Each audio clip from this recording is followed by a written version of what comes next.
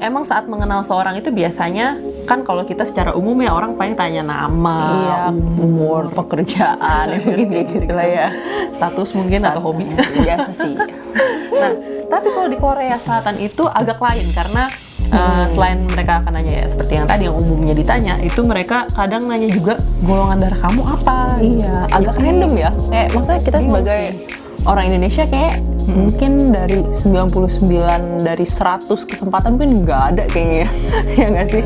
Bener banget gitu.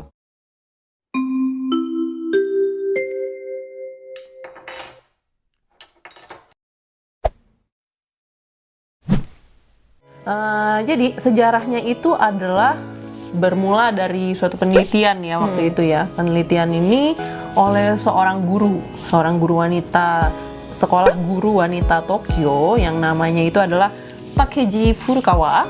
Dia tuh menulis makalah. Jadi makalahnya itu adalah berjudul Studi Temperamen Melalui Golongan Darah. Nah ini tuh dia tulis dalam jurnal ilmiah gitu loh, jurnal ilmiah Psychological Research pada tahun 1927. Jadi udah cukup lama ya guys. Nah terus teorinya dia ini tuh jadi lebih terkenal lagi karena ada seorang lain lagi, yaitu seorang jurnalis namanya itu Masahiko Nomi, jadi orang Jepang juga.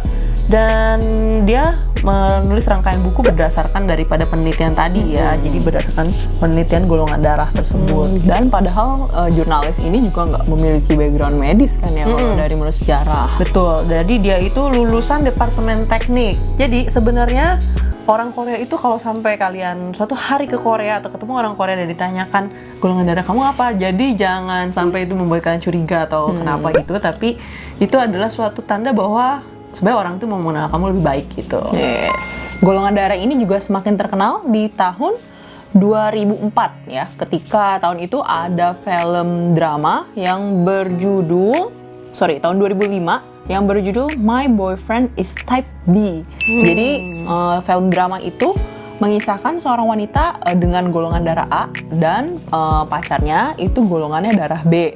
Nah, sebagai pasangan itu mereka merasa tidak cocok karena menurut mereka golongan darah mereka itu bertentangan gitu loh.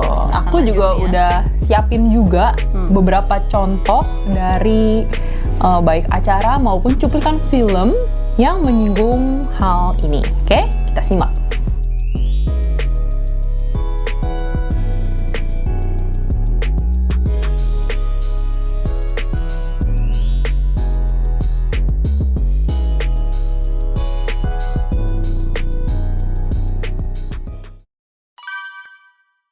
Kita mulai dari golongan darah A. Tipe A itu adalah orang yang konservatif, introvert, tapi juga sopan dan perhatian kepada orang lain.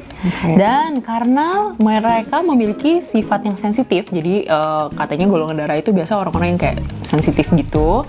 Jadi mereka juga lebih suka menyendiri, gitu ya. Jadi karena sikap yang sensitif ini juga mereka sulit mengungkapkan emosi dan agak sulit untuk mempercayai orang lain.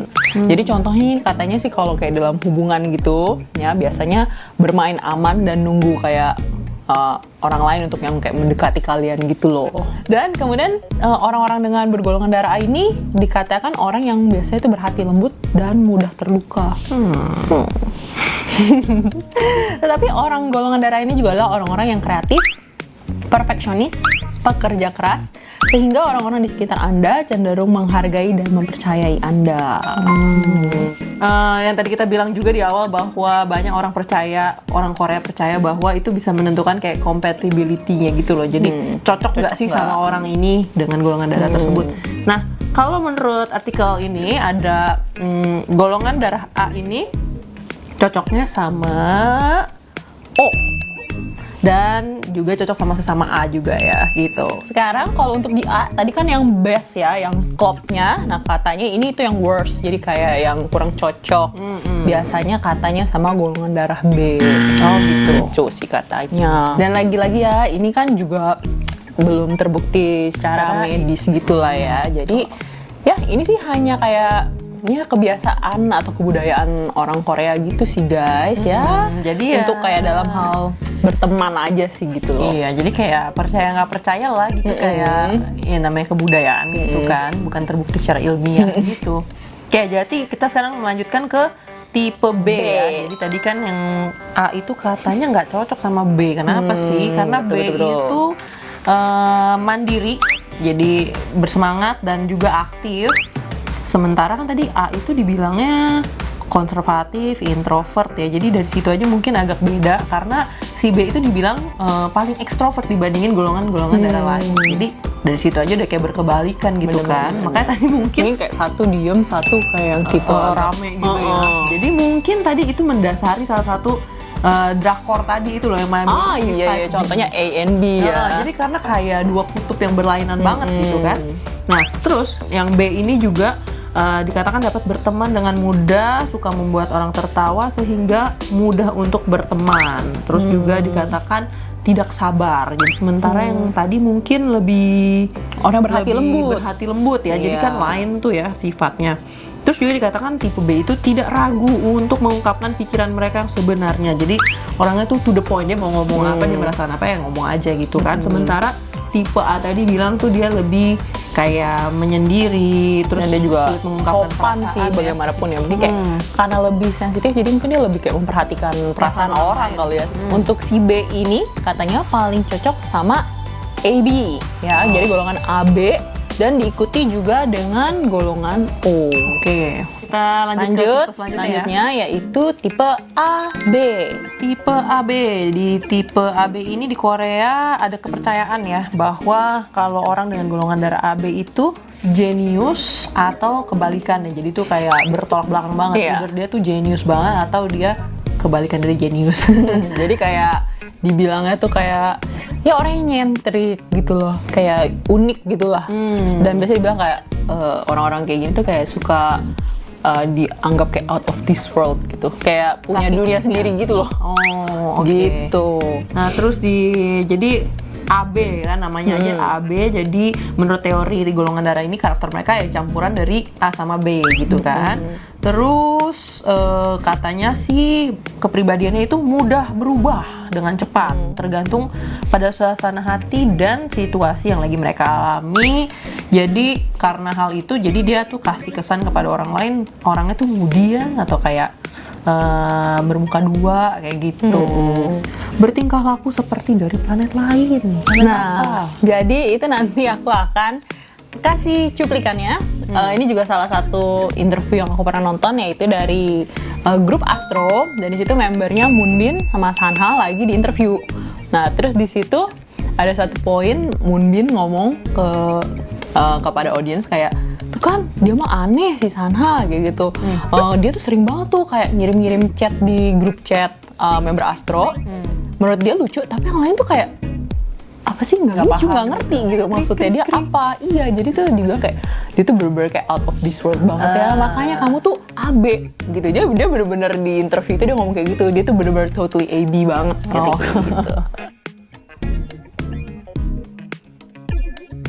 Terus kemudian tipe AB ini juga disebutkan sebagai orang yang teliti dan orang yang praktis, dan katanya sih kurang suka melakukan apa yang tidak menguntungkan dirinya sendiri.